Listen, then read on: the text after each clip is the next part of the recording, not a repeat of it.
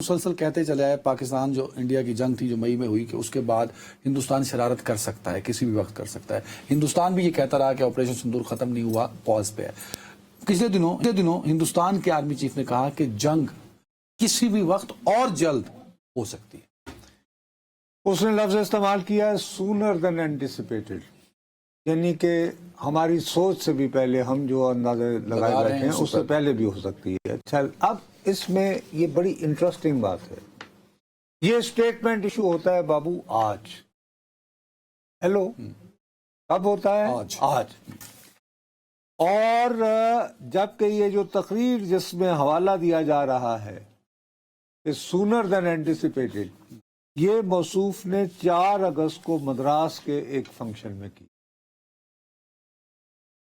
سوال اٹھتا ہے، وہ ڈاٹ سے ڈاٹ ملانے والی بات ہے کہ 4 اگست کو کی گئی ایک تقریر جو ہے اس کو آپ آج کیوں ریلیز کر رہے ہیں؟ کیوں کر رہے ہیں؟ اس کی وجہ یہ ہے کہ کل جناب بھارت میں ایک ویب سائٹ ہے دی پرنٹ، ادروائز وہ کافی اس کی کریڈیبلٹی میں سمجھتا رہا ہوں شیکھر گپتا کی وجہ سے، لیکن ہم ہوئے کہ تم ہوئے کہ میر ہوئے، سبھی یعنی گودی میڈیا.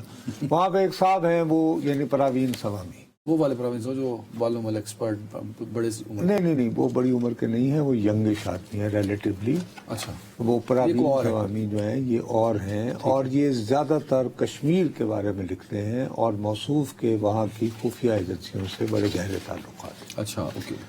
اچھا، اب آپ کو پتہ ہی ہے کہ وہ جو handing over taking over U S CENTCOM کا چیف سینٹرل کمانڈ کی، ہاں، تو عاصم منیر صاحب فیلڈ مارشل وہاں گئے ہوئے ہیں. تو وہاں جو ہمارے نمائندے ہیں عدنان اسد ان کا نام ہے، تو انہوں نے کچھ پاکستانیوں کا بھی اجتماع کیا اور ظاہر ہے کہ پاکستانیوں سے انہوں نے خطاب بھی کیا اور اس میں ظاہر ہے کہ ساری باتیں کی. اب یہ موصوف نے وہاں یہ کہا کہ مجھے میری سورسز نے بتایا ہے کہ وہاں یہ کھانا سرو ہوا ہے، اور وہاں پر پاکستان کے فیلڈ مارشل آرمی چیف نے یہ کہا ہے کہ اگر ہمارے پہ حملہ ہوا تو ہم تو فوراً ایٹم بم چلا کے، تو یہ بڑی چلوائی ہیں ہندوستان میں خبریں، آج پوری خبریں چل رہی ہیں، پورے ٹی وی سکرینز پہ یہ چل رہا ہے. اچھا، یہ پوری طرح، لیکن اس کی پہل اس نے کی ہے.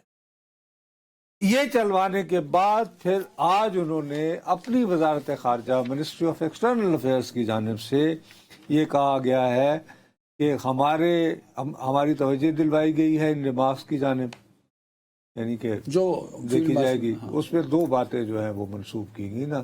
ایک تو ہم انتظار کریں گے وہ ڈیم بنا لیں، جب مکمل ہو جائیں گے تو ہم میزائل پھینک